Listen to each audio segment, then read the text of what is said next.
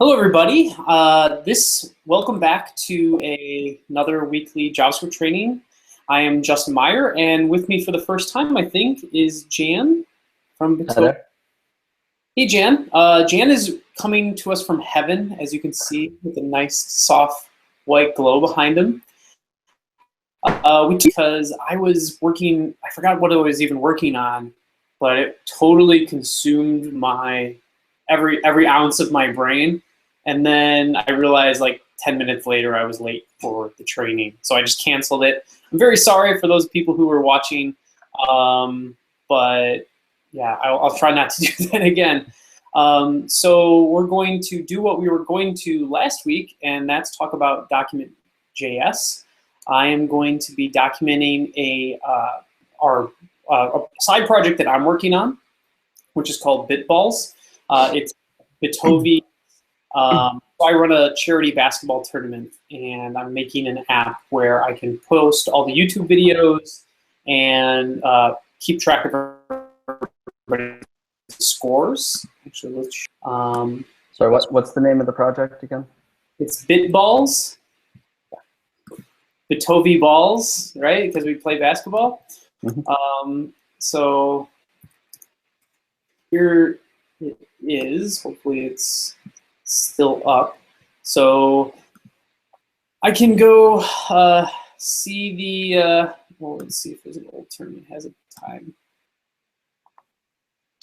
It does not. Let's see this one, maybe. Let's see if this one's working here. Okay. So the idea is that I can, we'll probably be using this a lot in future presentations, but the idea is I can put the game and I can click on someone's name when they score a point, well, once I'm logged in. Once I'm logged in, I can click someone's name, say they scored a point, and add their stats. There's a bug in ClientJS, which I have since fixed. Why that stat wasn't showing up immediately. This is in the latest version of ClientJS. I'm doing things with call expressions here. But anyways, so I can essentially see where people have scored and keep track of it to add to this. And this is for charity, the basketball tournament. So here is the application. Well, I haven't created that yet. This is my Bitballs application, and I want to produce some documentation for it. It's a little bit different than what will be a normal Done.js application because it has both server and client in the exact same repository, which I guess is how most people develop, but I think it's nice when your public part of your site can actually be in a different repository altogether. But I have my my basic server set up here with Express, and then I have another package.json in my public folder for all of my client-side code. And I'm not going to, I might document if we have time, a little bit of this to show how we could actually document both the server code and the client code in one project. So I could document my games service API if I wanted those URLs. I might do that, I don't know. But what I definitely want to document are some of the, like the game details page, for instance, which I actually have a demo page for, which I can show off locally.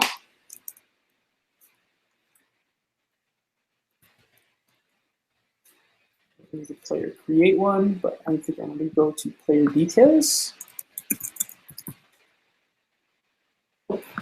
One. Components of game details. Game details, details.html. So here's a dummy game details page. I want to have with the game details, which has a bunch of different attributes and methods. It's actually the most complex module this application has, and I might do a model as well. So let's get started documenting it. The first thing that you need to do is, I'm gonna open up a new tab in my application. Hopefully,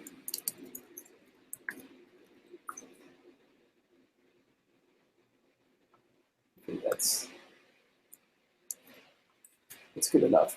Oh yeah, and Jan, just if there's any anybody asking questions, we tend to like, we'll actually sometimes pause the video. Okay. To address them. So yes, I'll be using DocumentJS, which Jan just posted about.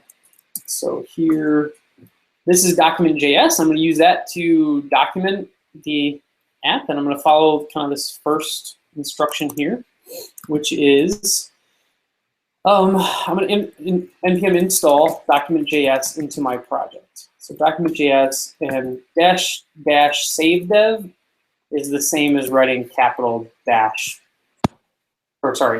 capital S. So I'm going to say this is a development tool.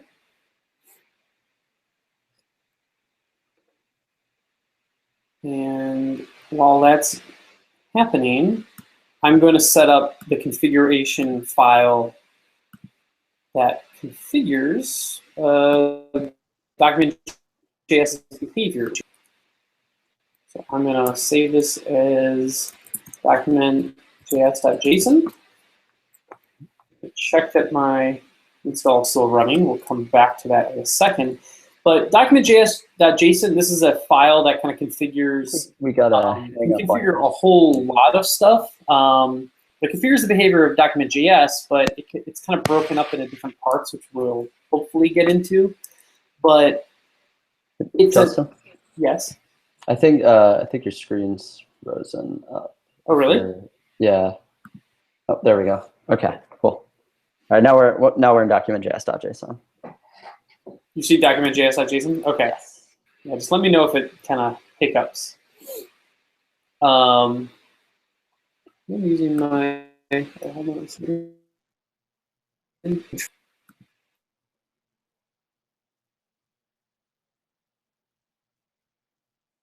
Are you there? Yes. Okay. Hopefully this will go faster. Okay, so I have my DocumentJS.json, and DocumentJS produces static sites. So it reads this file to figure out what JavaScript and Markdown files should be processed and where to put them and things like that. There's a lot that can go on in here, but if I'm not documenting multi-versions stuff, it's a little bit more simple. There's a sites object, and you can configure multiple sites that get generated. I only want one site, so I only want a docs site. So by default, this creates a docs folder right next to bitballs that contains all the documentation from every JavaScript file and Markdown file. That's not in node modules.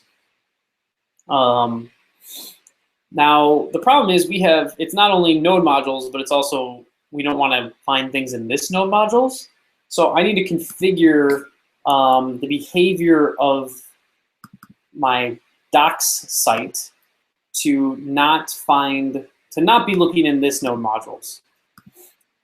So what I'm going to do is, this takes a glob, and this is how do you configure what to look for. And again, it's configured automatically there's a default pattern in here, pattern property.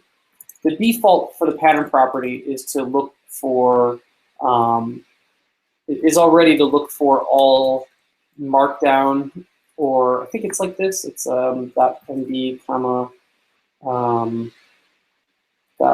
.javascript. It's to look for all Markdown and JavaScript files. So I don't actually need to write that, but I do need to ignore a little bit more than the defaults. So I'm going to write, I want to keep searching for JavaScript and Markdown, but I want to ignore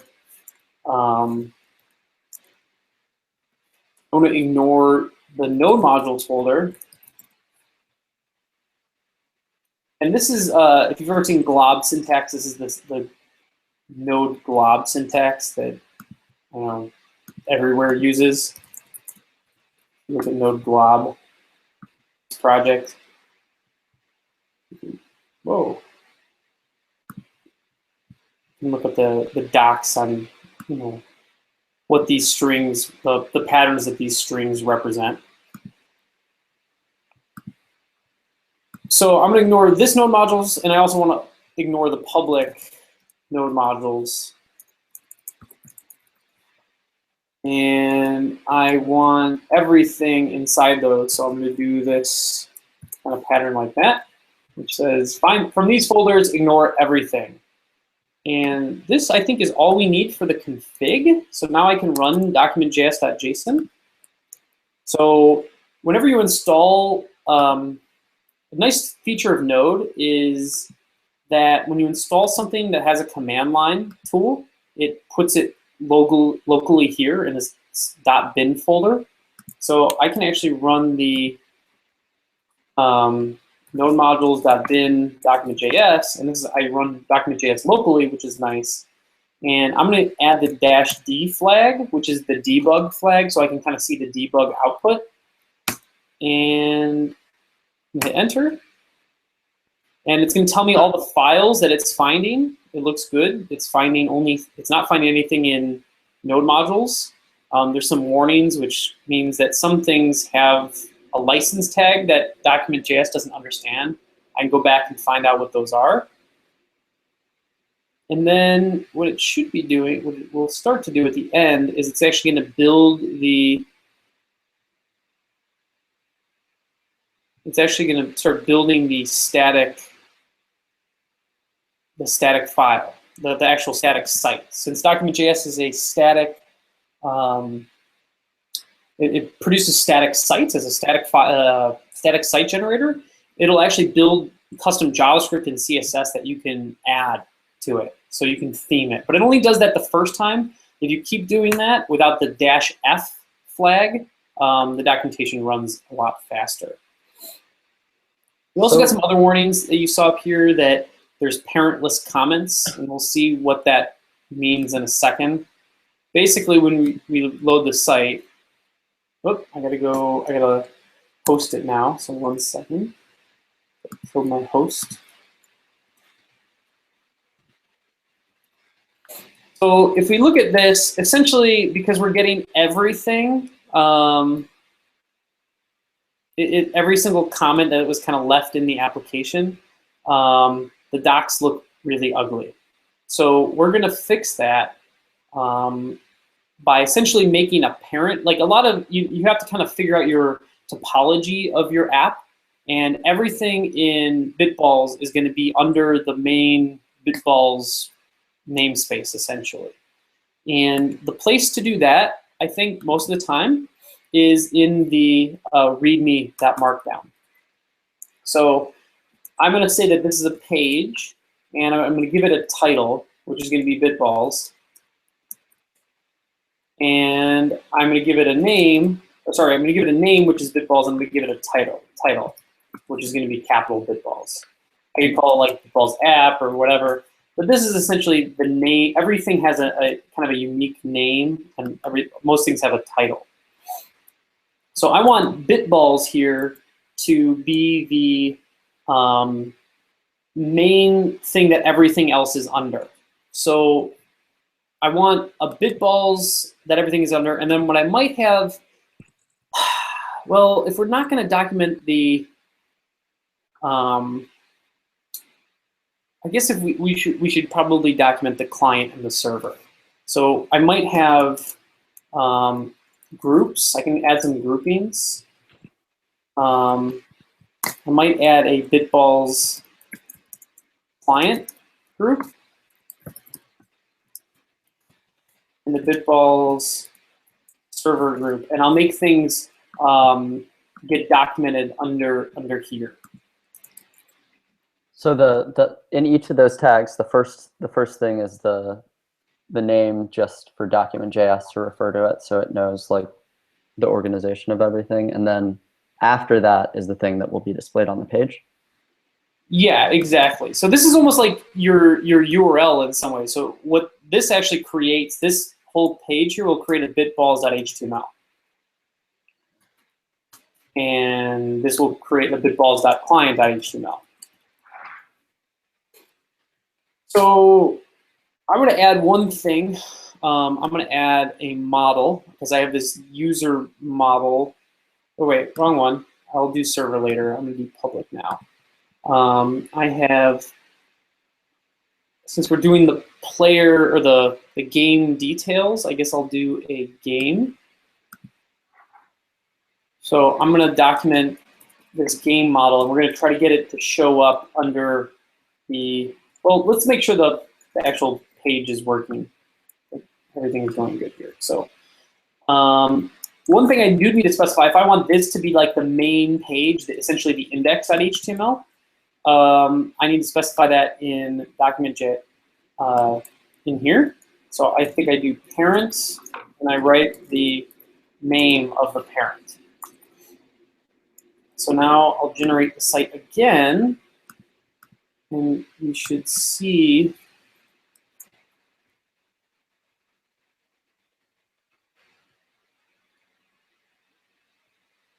a lot less stuff going on.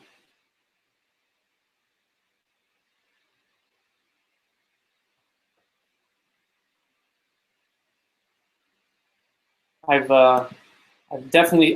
noticed I've slowed down my computer because I downloaded like all of Avatar over like last weekend, and now I've only got like 5 gigabytes of space left on my disk. So I need to shuffle some stuff off my computer or upgrade its hard drive.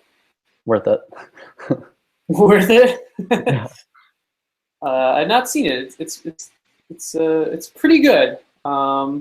It's getting better. At first, I was kind of bored by it.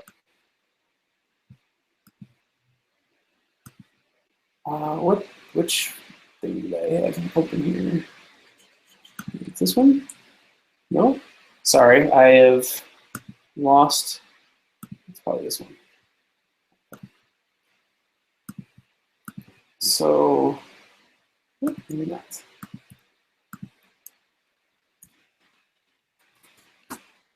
Up here. Okay, so now when I refresh that page, I get Bitballs with client server under it, and I get this little bit of information. Now a cool thing is we can run in watch mode. So if I do dash add a W, now we're going to get the debug output, but every time I change a file, it's going to rerun. So if I change my README, I don't want this title here anymore. Now, the live reload, or this isn't like as quick as Dun.js's live reload. It does take a little. It does take a little bit. See, it's still not done running, mostly because my hard drive is slow. But when I save, it will start running again, which is nice, and we'll see it in another second. Okay, that just got rid of this extra bitballs here. So now that we have a client and server that I want to add some stuff on underneath, I might create, this is my game model. This is a module. So lately I've been documenting things as modules lately. So I'll do module, and I give it the type of the module, which is this is going to be a its main export is. Actually, does this even, okay, it's main export. You can barely see it. It's at the bottom. I can't see it because it's this game map. It's a can map. It's main export. And then I'm going to give it a name. I'm going to call it, lately I've been using module names. So I will call it, Bitballs models game. And then I'm going to go just give it its title. I'll just maybe call it game model. Is what will show up. And I can give it a parent. And I will give it Bitballs client as its parent. Now, hopefully, if I save this again, kick off the live build again. Yep. And we'll let that go. And then in a moment, we should see a game model showing up under the client. And then I can start documenting. Well, I'll add one other thing. I'll add a component while I'm working on it. So we'll do the game details page.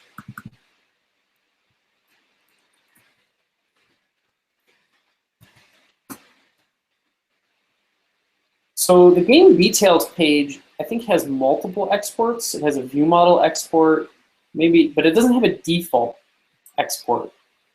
It has a component export and a view model export.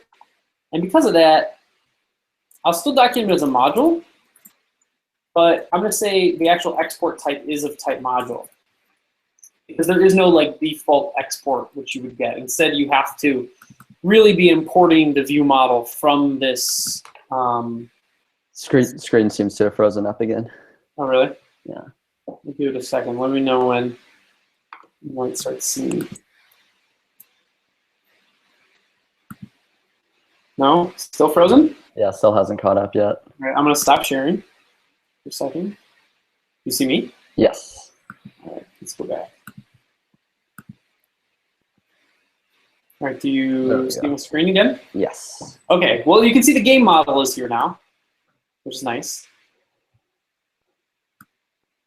And we'll come and document that in a second. For now, I'm also going to set up the details component. So I'm going to document this as bitballs components. Bitballs components game details. And for the title, we can be, I think it works. I haven't tried it for a while. We can do game. We can give the component tag name, actually, if you really want to be kind of cool looking, which is game details. Let's see if that works.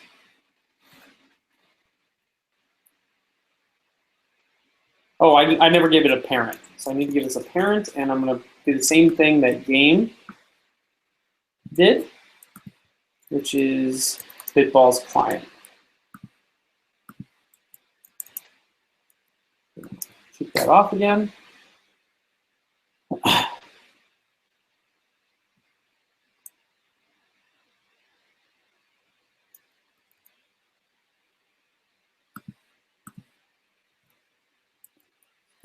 Oh, here it goes.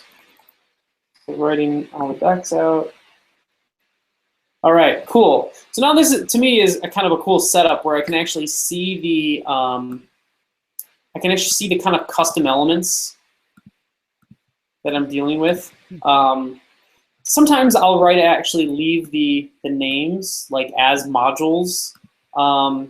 You can kind of pick your organization if you'd rather just have it as modules or kind of the cool components. The reason why I hesitate to leave the title as components is because the actual component itself is an export. And here, let's see how I break this out. So inside of a component, it has a view model, and that really should be documented kind of separately from the component as a whole, because often you're testing the view model directly, or really that's what matters, not necessarily the custom element. On the custom element, you might detail the attributes that it can get passed, but largely those kind of come from the view model anyways. So what I'll do is I'm going to document a function, which this is a constructor function, and I'm going to give it a name, which I'm going to call, this is the module. I tend to do module.viewModel, and the title is going to be viewModel, or we could do game details viewModel, but I'm probably going to do viewModel. We'll see how this shows up. And then I'm going to say its parent is game details. Now, there's a way to do, I forgot how to do it right now. Jan, I don't know if you remember how to signal that something is a constructor function. Oh. There used to be the @constructor, and I'm so used to using that all over the place that I've forgotten the new, better way of doing it. That's what I thought it was. So. Yeah, there's a better way of doing it. Let me. ClientJS does it this way now, but I've forgotten to. I think the examples do it.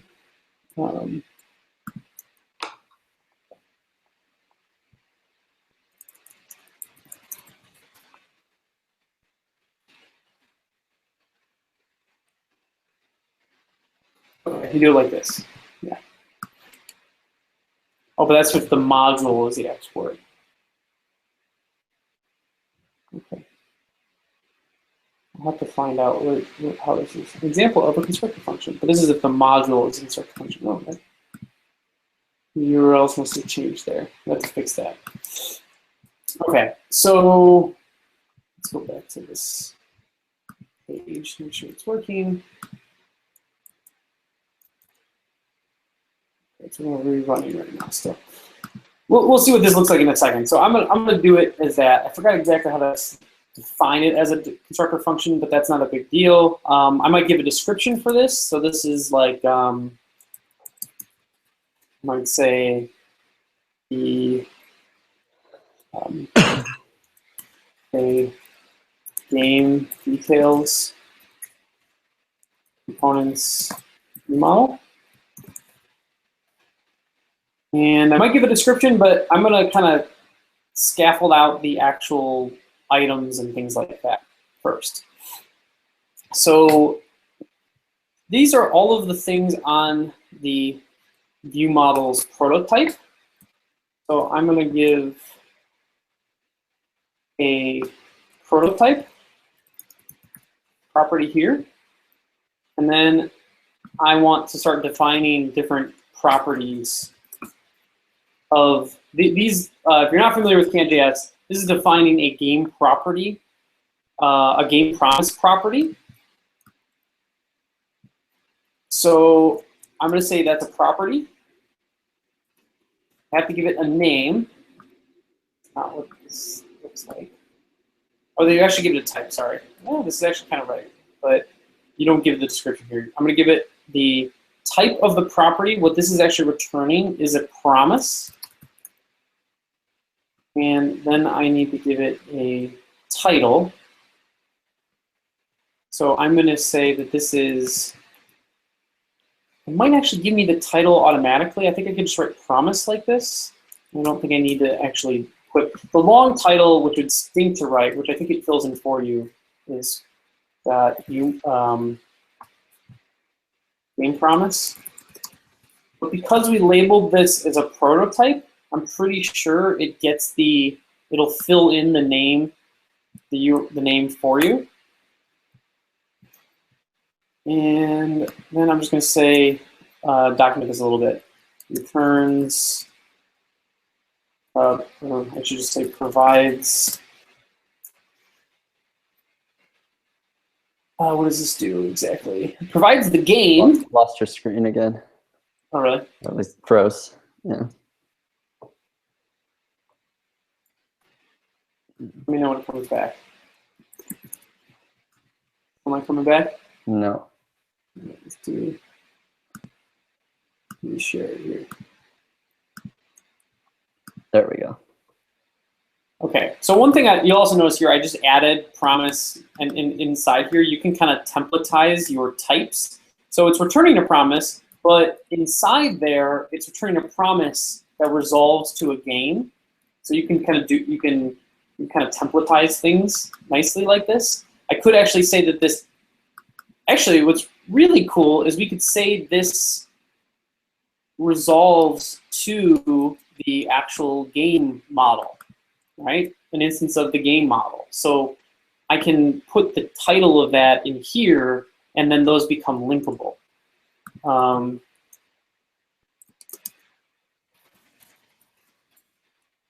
With all the stats for the game and all the player information. Okay. So let's save this, and I'll take a second for DocumentJS to do its thing. And we'll kind of check out the structure that we've got going on.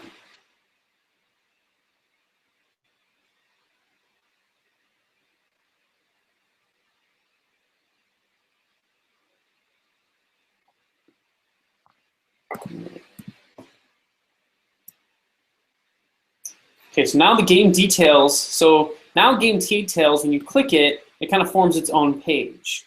And there's a view model, and there's a prototype. Freeze again. Huh? Gotta freeze again. Oh no.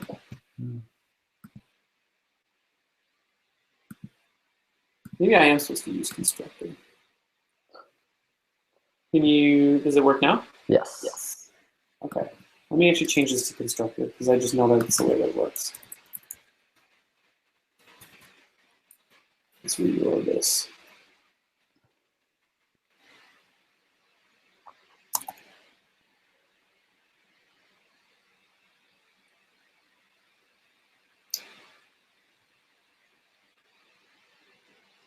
So when you're normally working, once you get the hang of DocumentJS, you don't have to typically wait.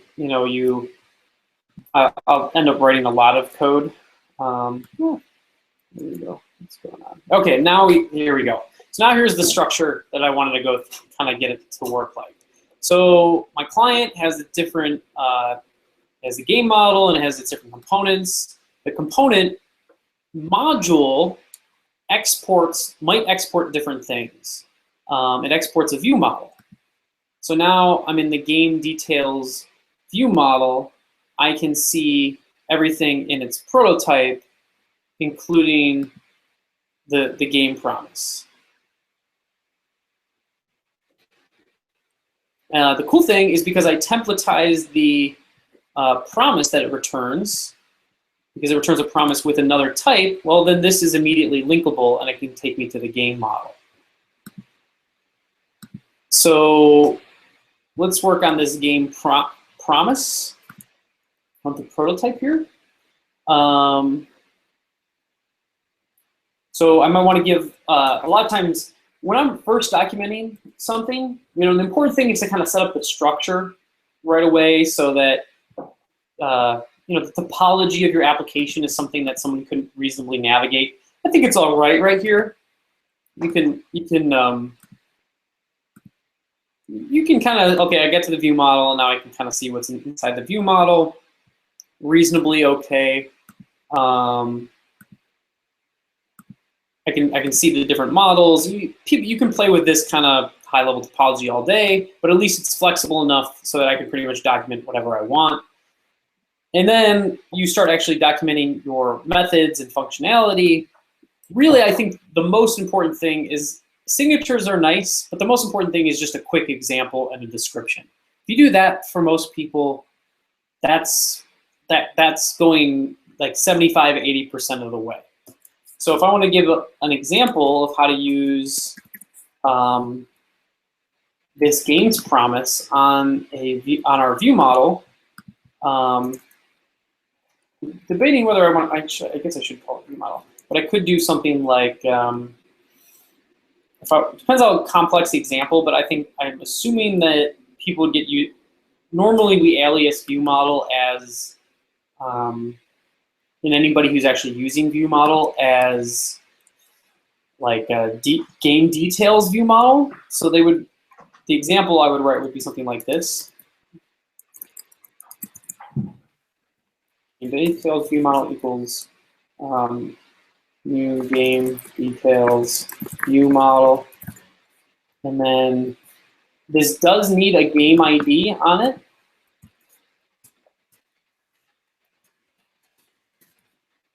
I'd pass in 5.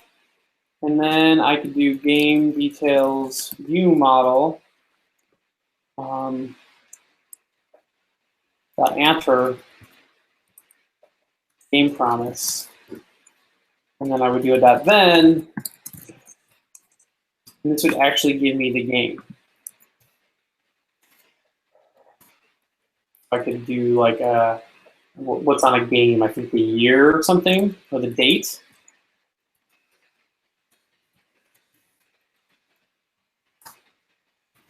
I get some date back. So this supports Markdown, kind of something very similar to a GitHub flavored Markdown. So you can use these triple ticks to signal a code block. And once this is done, let's see what it looks like.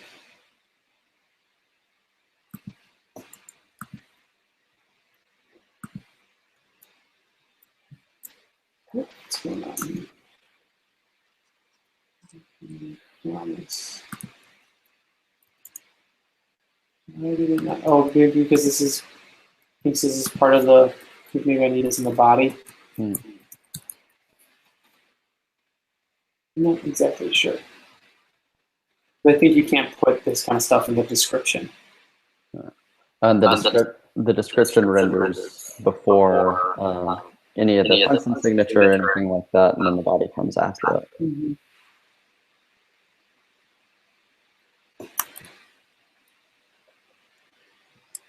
But yeah, I think it assumes everything's description until. No, something else is going on that's weird. Hold on, let me just make it like a dumb change and see if it picks it up. You know, it's possible that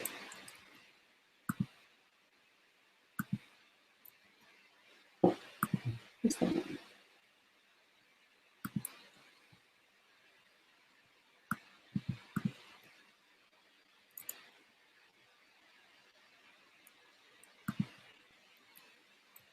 Something is not right.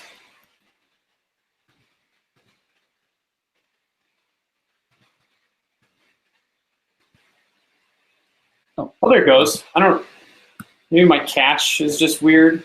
I don't know why just me refreshing a bunch of times suddenly worked. Maybe it was refreshing with the console open. Huh? Maybe it was refreshing with the console open.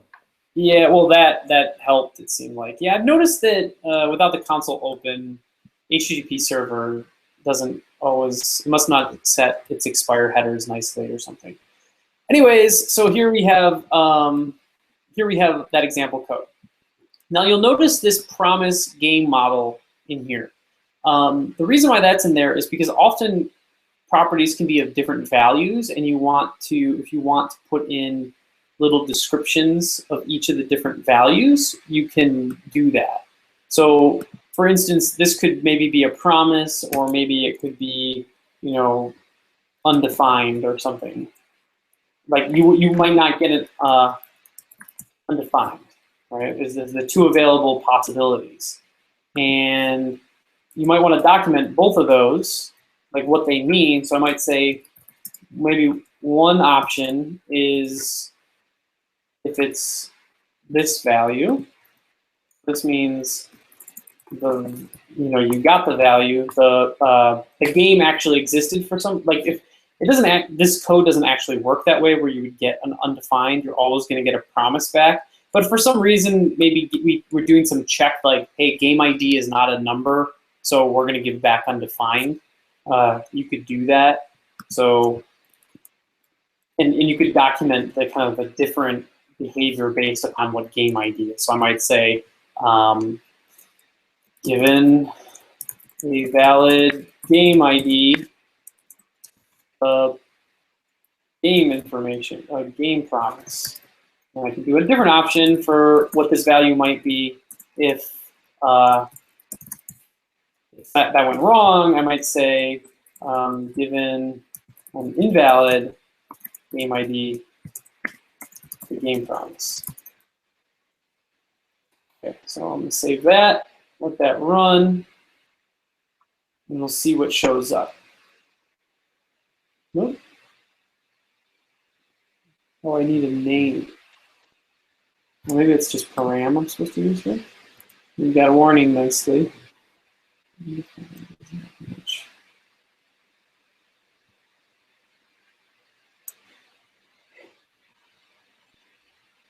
Why did the other one not there?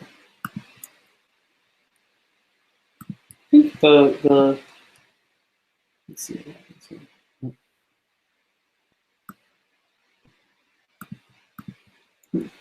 Got one, but not the other. Why did it get? It came back as a. Oh. I'm not sure why I did that. Promise.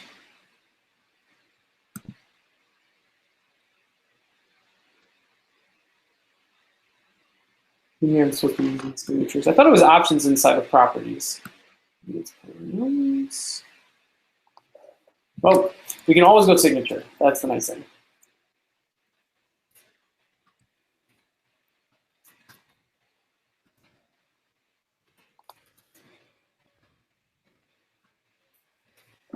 Save that.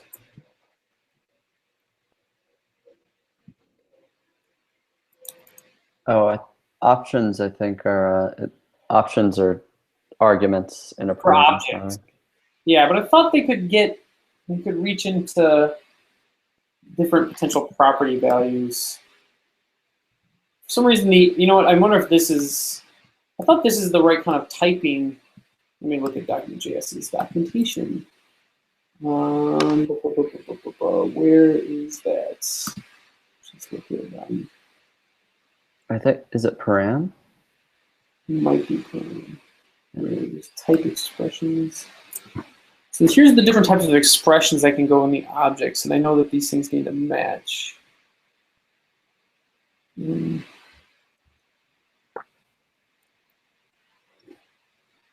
it should be fine.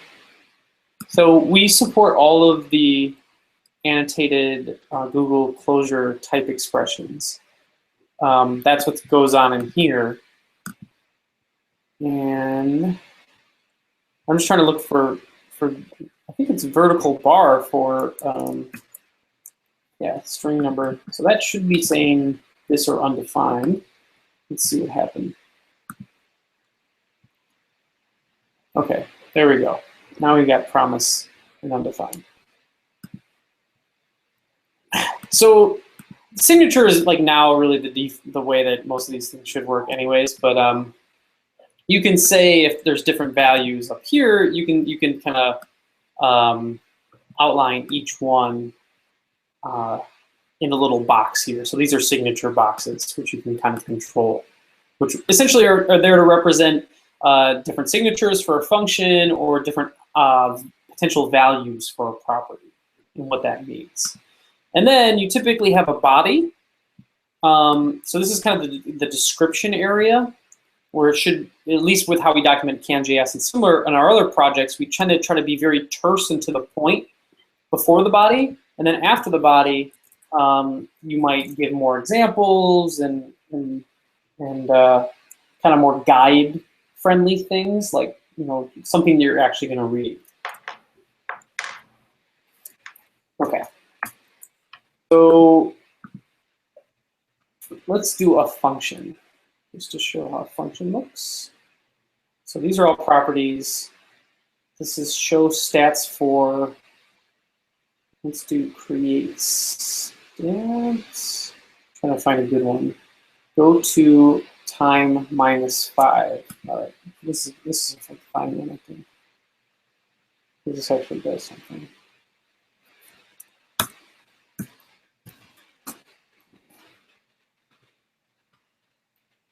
So I think it'll know it's a function, so you can just give the description.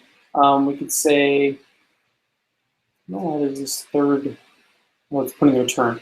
So we could just say moves the YouTube player to -5 seconds. And then we list out its parameters.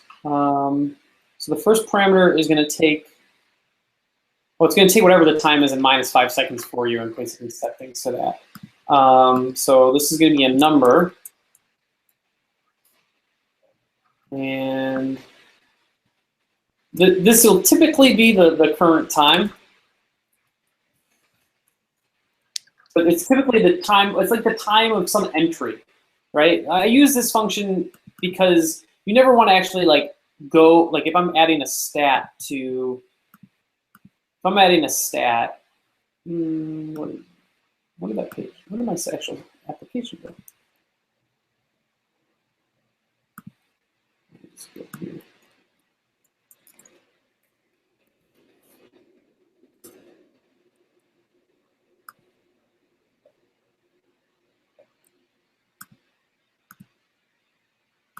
So when I'm adding a stat, I don't actually ever want to go to the stat exactly. I want to go 5 seconds before so people can see it.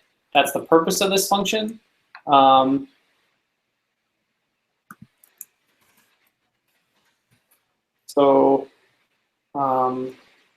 Say the time. Could you unshare and share again? Yep.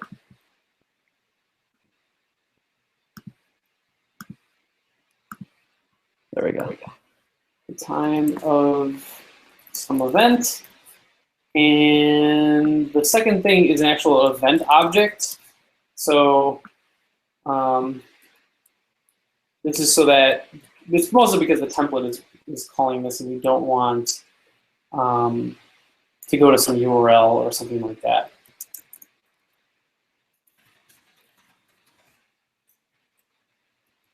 So I want to make this optional. So let's actually make this optional in our code.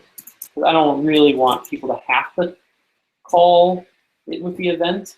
So to signal optional argument, we wrap it with this. So now I could say an optional event. And you can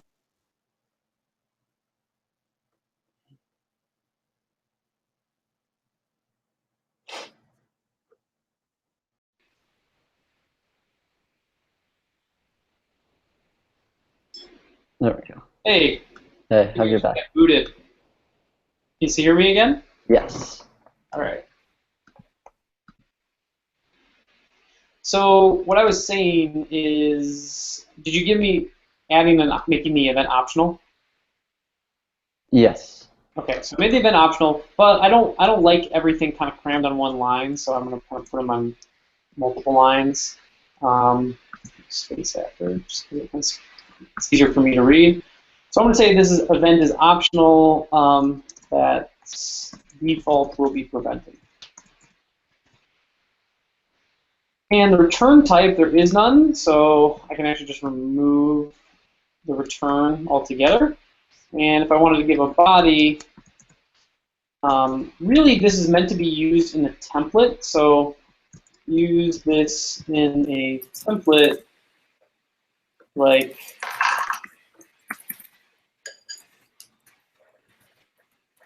there's some button or stat, you might say with the new ClientJS, you might go, when it's clicked on, I want to call go to time minus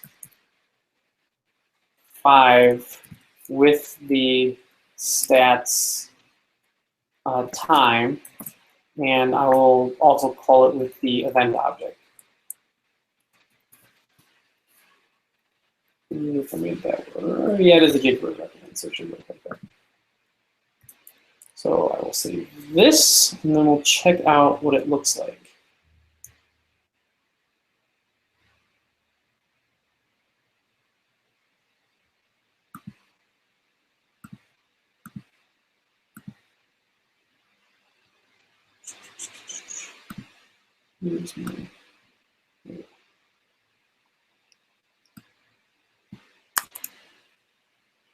Okay, looks like it ran.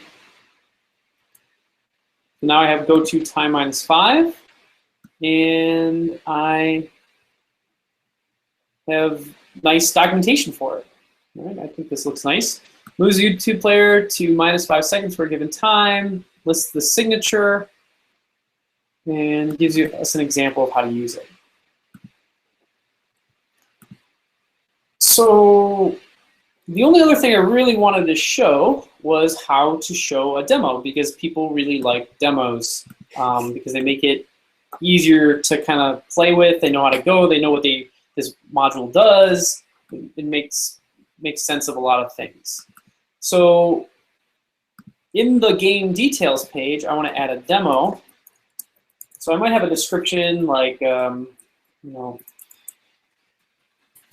what does game details in general do? Provides a custom element that loads loads the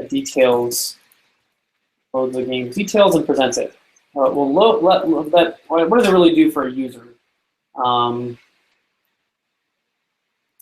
Allows a user to either view a game or game stats.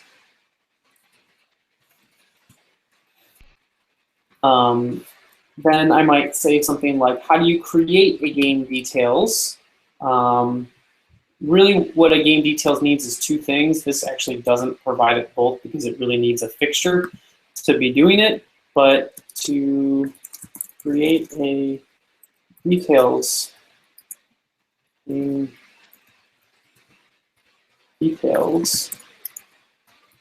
element, pass it the session, because we need to know if the user is logged in or not. Pass it a session, which I would actually link to the session module. So let's actually show how to link in normal text. So I'll create the session.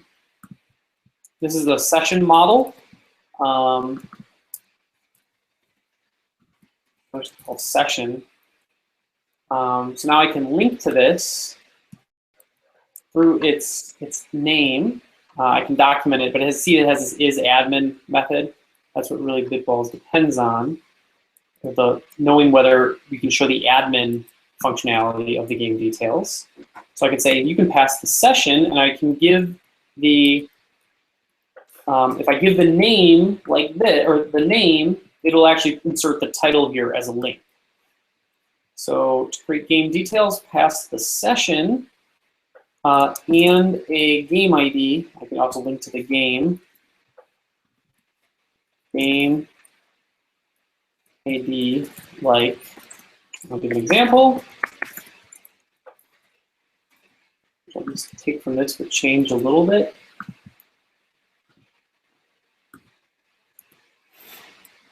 And I'll say there's the session being passed in, and I'm going to show what this looks like with new ClientJS goodness.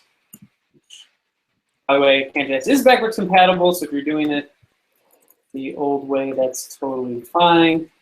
And we're going to make a script so it'll update your bindings shortly after the release of the next version. And you need to pass it the game ID.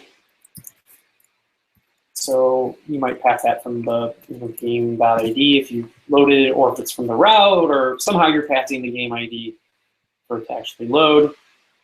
It's probably more like this in the real use case. And then we want a demo. So I can point to where in kind of the outer, where relative to DocumentJS.json, you can actually see this working. So I'll do, I think it's going to be, well, actually I might have to use Bitballs in the title. It's either, I'll change it if it's not working. It might be Bitballs public, and then it'll be public components game details. And then details.html. Let's say title suite example. All right, let's see what happens.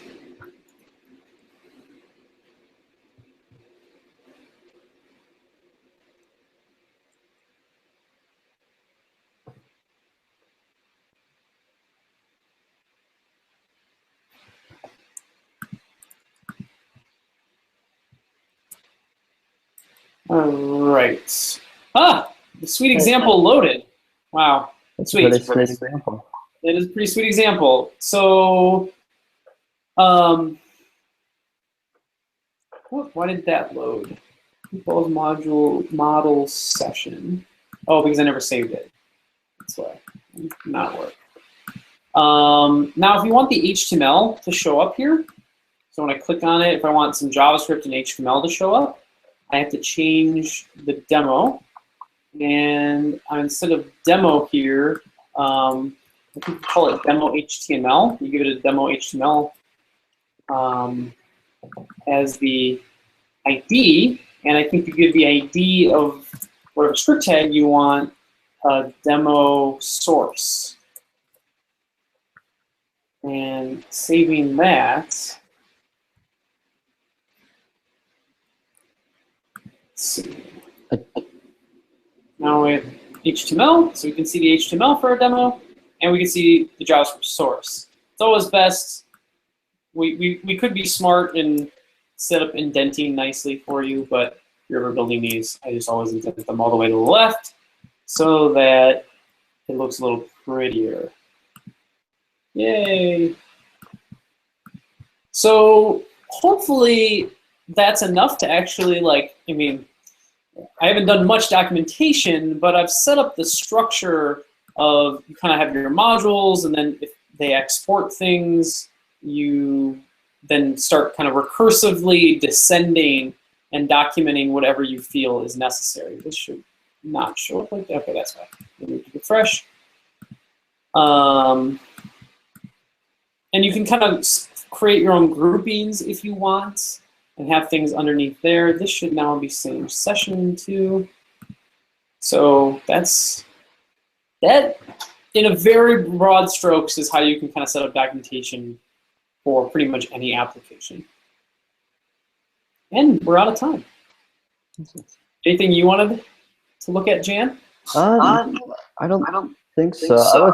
I would say, like, if you're going and documenting your app, and it's a lot harder to figure out how to structure your documentation, it might be because you need to restructure your code a little bit. So, like, for me, I found my favorite thing about DocumentJS is it helps me think organizationally a little better if I'm documenting along with the code that I'm writing. Because if you can't communicate it in documentation form, it's probably hard to understand just reading the code. Yeah, absolutely. Sometimes I think, well, especially with CanJS, when I'm working on that, I do a lot of times do documentation-driven design. Like I will try to write up whatever I'm trying to explain or whatever I'm trying to build, and if I can write it up sensibly, then it's probably okay. The API is something that other people can understand. But if you find yourself having to really struggle to articulate something, then there's probably something wrong. Yeah. So, yeah, cool. And slowing down to plan is never a bad thing. Yeah, definitely. Cool. Well, thank you for joining me, Jan. I don't know what next week is. I'll have to look it up. Give me 1 second. What is it? Blog. Hopefully, I'll talk to Alexis and try to get these videos up. I don't think he's released like the article that comes with it. So next week is package and modelet workflows. So we're going to see how to create your own like bit tabs, your own custom module, put it on NPM, and then import it into another project. That'd be a really cool one. Awesome. Well, until next week, thanks, Jan, and I bid everybody adieu. Thanks, Justin. Thanks. Bye.